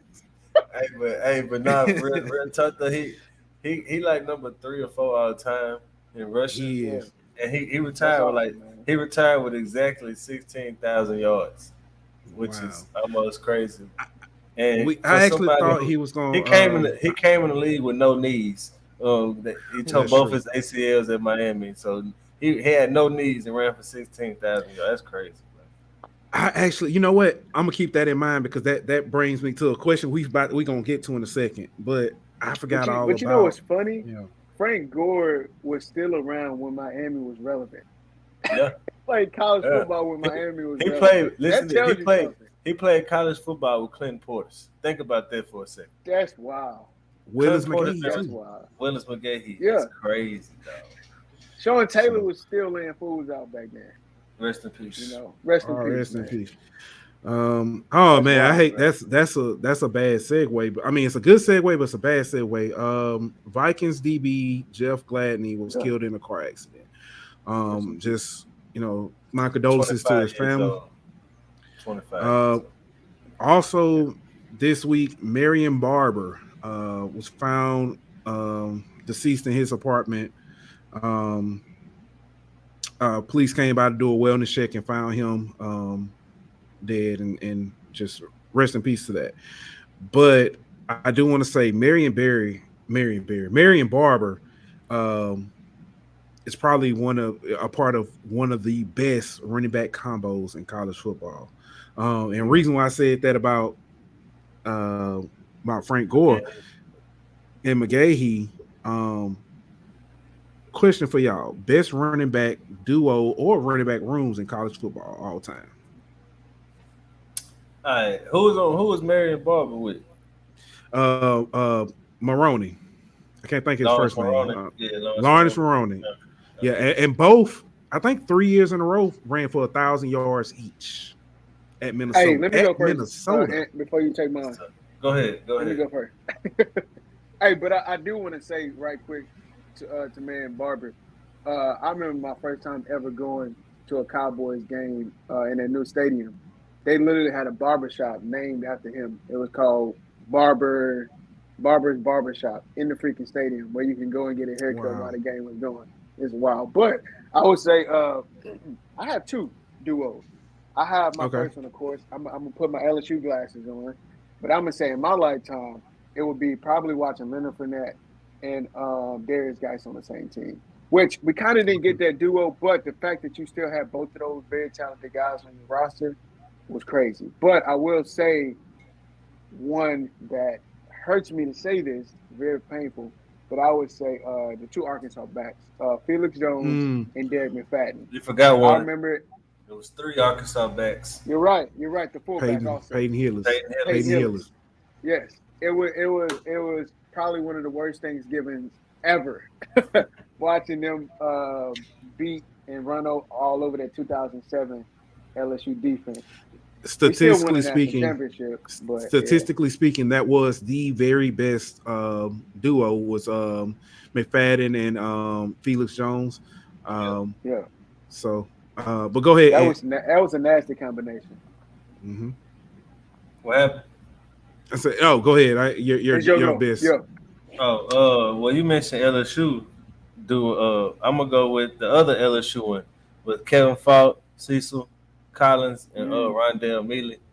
That I know Cecil really didn't ever live up to his full potential, but talent wise, that trio right there was, I don't know if anybody ever can mess with that talent.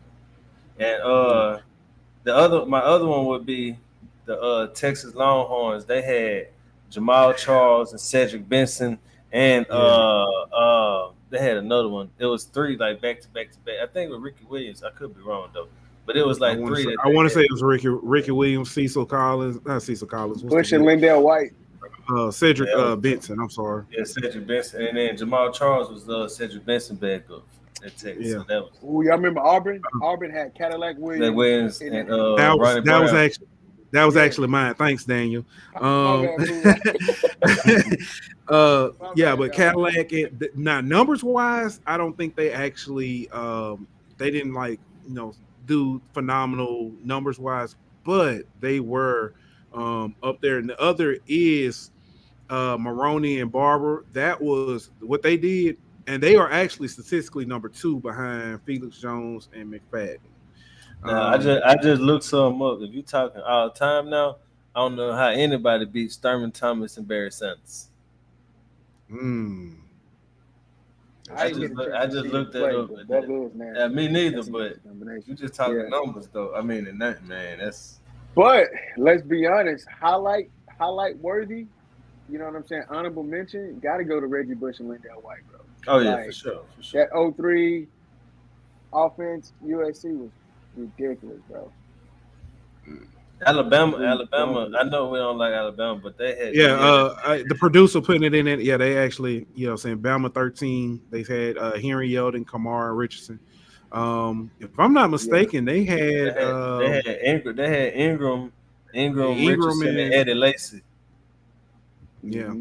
I think that all was three at the same time. Eddie Lacy was Or nasty with Yeldon. that spin. That Eddie Lacy spin was ruthless, bro. yeah.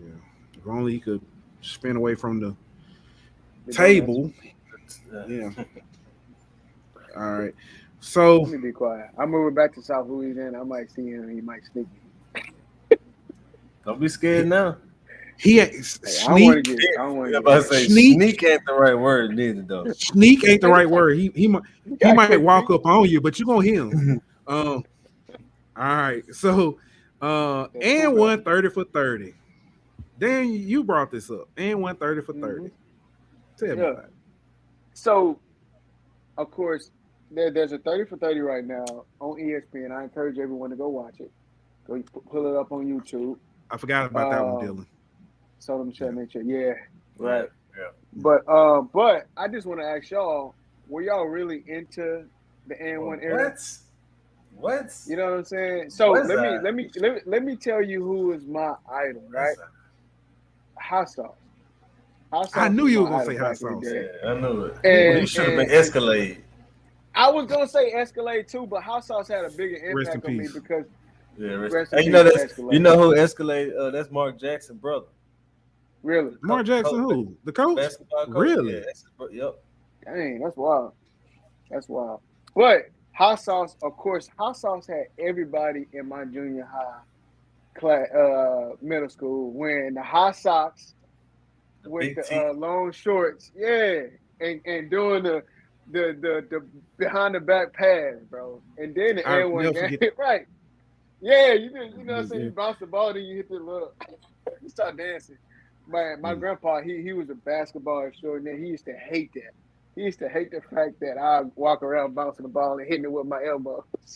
dribbling with my Yeah. knees and all that. Yeah. Hey, I ain't gonna Yeah, lie. man. My favorite dude on Hot Sauce was one of the coldest, no doubt about it. But my favorite dude on there was Ayo. I don't know what it was because he was, to me, he was just like a hooper out there, and like Hot Sauce had the tricks, some dudes like 50 and all of them had the dunks and all that, but AO was just out there hooping, bro. He didn't care about not making nobody foul. He was just out there balling. And I heard he wasn't on the show.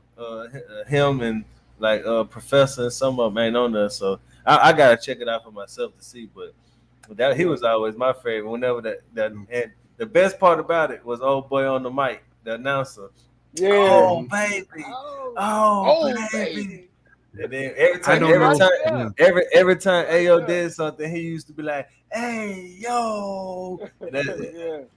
But yeah, Alan Moe was a good one too. Yeah. Oh yeah. Hey, I'm gonna tell you. I can't. So I remember the name. Hot Sauce, Skill to Malou, Professor, Escalade, of course. But I'm gonna tell you what always stick out in my mind. I always think about. I forget which and one mixtape it was, but it was one when they when the So Fresh So Clean remix was debuted on the actual tape. Yeah. Man, I still remember that song. But it was hey, that was a time. What a time. Everybody, what I'm saying? Hey, did y'all ever play the N1 game? Life was so much simpler back then. Yeah, they had an N1 game. Yeah, they had a game. They had a game. Yeah. That was like the era when they had N1, they had Street Ballers, NBA Street, Volume 1, Volume 2. Yeah. Then they had NFL Street. Man, I remember getting N1 shoes, not even because of the shoes, just because I wanted the tape. I ain't Hey, never wear no Air One shoes, bro. no, I I had them. I'm sorry. bought the Those little, are PE shoes. I bought some shorts. I bought some shorts and stuff just so No, I I could had Yeah. the shorts. just so I could get the this with because you had to buy like 3 pair. I had so much money worth. Now I'm about to buy 3 pair of shorts just so I can get the this. Man, Yeah. those was the days, bro. Right. All right. 100%. All right. So 100%. here go one hit a quitter for us. LSU swimming lands an Olympic gold medalist, Maggie McNeil. So Let's go, Maggie. Yeah, let's she go. was supposed to go to Michigan, I think, or somewhere like that, and Mhm. she flipped to LSU. So I don't know nothing about LSU swimming, but if you getting a gold medalist, you doing something right. That's all I know about that. Right. Hey, so think about this though. LSU will have in the next Olympics, Shakari Richardson, Richardson, Mondo, Mondo Duplantis, and Miss McNeil. Yeah. So Beautiful. all Gotta love that right, producer, man. yeah. All right, producer. You know what time it is. Let's go ahead and take them to church.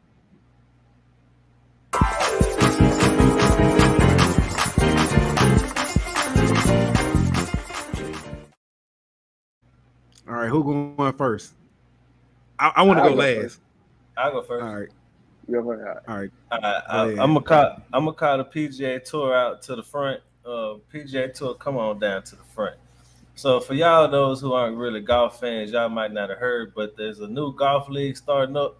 It's called the Live Tour, and it started by it's backed financially by Saudi Arabians, and the former golfer Greg Norman is the face of it. And so they've offered a lot of money to some golfers like Phil Mickelson and Dustin Johnson to come over there and be a part of this tour. But the PGA Tour is saying that if you go be a part of this Live Tour, then they're not going to allow you to be on the PGA Tour. The problem with that is the PGA Tour, they notice all these golfers as independent contractors.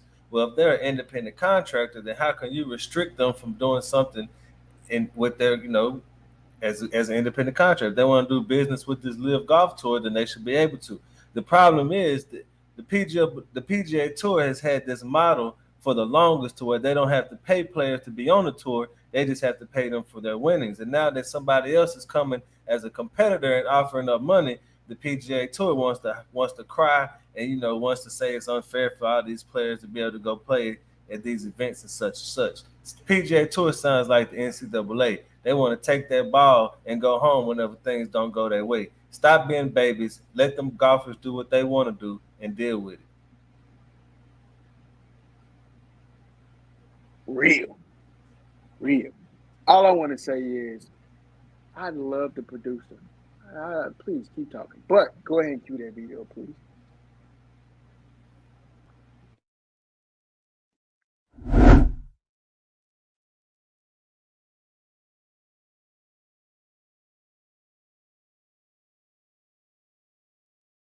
This is what you call beautiful.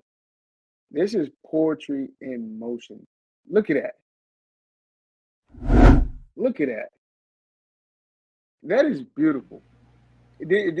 Please, this is a lost art, right? We were talking about Peyton Hillis a while ago, just a couple of minutes ago. I miss people running up in the I formation and just going. Yeah, I do miss Leslie sometimes. I miss Leslie. I miss that toughness, right? And this has become a lost art. But you know what? That kid is getting a lot of respect from a lot of coaches, right? I want to say Sean Payton tweeted out that he loved the fullback, right? And this brings back good memories of football in this Smash Mouth.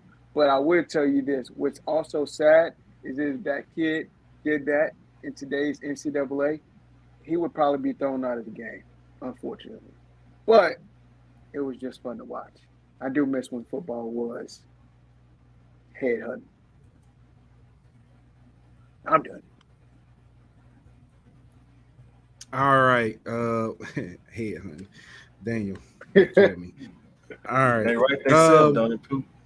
They write themselves. I need the MLB Fantasy Football League to come to the front of the congregation.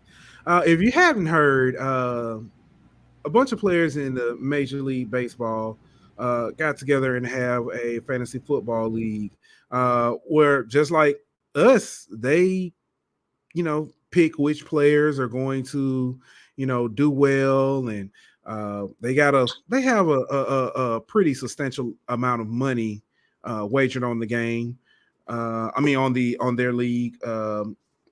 But this past week, drama hit the fantasy Major League Baseball's fantasy football league. You see, Tommy Pham was not a fan of how Jock Peterson ran his team. See, Jock Peterson supposedly took a player that was injured and moved him to the injured reserve in order to stash him, and Tommy Pham did not like that. Tommy addressed that with Jock. Jock explained that it was well within the rules, and then proceeded to goad Tommy a little bit by sending out a gift of the Padres and mocking them for being in last place. Tommy was not with the Padres at the time, but he used to play for them, and he was not a fan of that. So when their two respective teams met, Tommy Pham did what any person who felt disrespected. He kind of approached Jock Peterson, and they were going to have a conversation about it. No, he slapped him. Cold slapped him in the mouth. Old fantasy football. This then went to all over ESPN, all over TMZ. As a matter of fact, go look it up. If you look it up, MLB fantasy football drama, you will see the video of Tommy Pham slapping Jock Peterson. They talked about it, and both were honest about it. Because of the slap, Jock Peterson's team asked that Tommy Pham be suspended for the game. MLB did one more and suspended him for 3 games. Then they both kind of said that the commissioner of the league should do a better job. Well, who is the commissioner of that league? Mike Trout. Yes, the Mike Trout. Mike Trout then was asked, is he going to resign? He said he doubts it. So he also said that all commissioners get booed sometimes. All over fantasy football. Hey, I guess we're not the only. I guess we're not the only immature ones, huh? The crazy part is, supposedly it was over $10,000, right? That's how much money he lost in the league or whatever. But you slapped old boy and you just cost yourself like $100,000 because you got suspended for 3 games. He pulled a Charlie Murphy. What did the 5 finger say to the face? Slap. Hey, but hey, hey y'all, my wife is finally watching. What? Hi, Julie. Right? Hello. Yeah. Sorry that you got to deal with Daniel all the time. It's a blessing. Hey, so Julie, quick question: do you find those extra large pillows on Amazon? Oh my gosh. She got to make them herself, dog. Daniel, the reason why they have headboards. That was a good one, right. That was a good one. All right. Hey, I want to say thank you. Ain't funny, but that was funny. Oh, everybody like them. Everybody laugh. Everybody laugh. Except for you. Yeah. I want to thank Emery Jones for coming on with us earlier. I want to thank y'all again for rocking with us. The Golden State game has gotten out of hand. They're up 95-68. LSU Southern Miss is I think it's the bottom of the 7th. 7-4 Southern Miss. Thank God for that. But hey, y'all hung in there. Y'all hung in there with us. But we'll be back next week. We might be back tomorrow with something special. I don't know. Stay tuned. Yeah. Keep your head out. Keep your head in the game. See? All right. But don't go ahead and roll that thing. We done. We finished. Don't forget to like, follow, and subscribe on Twitter Mic at drop. Golden Boot. On Instagram at Golden Boot. On YouTube at The Golden Boot Pod. On Facebook at The Golden Boot Pod.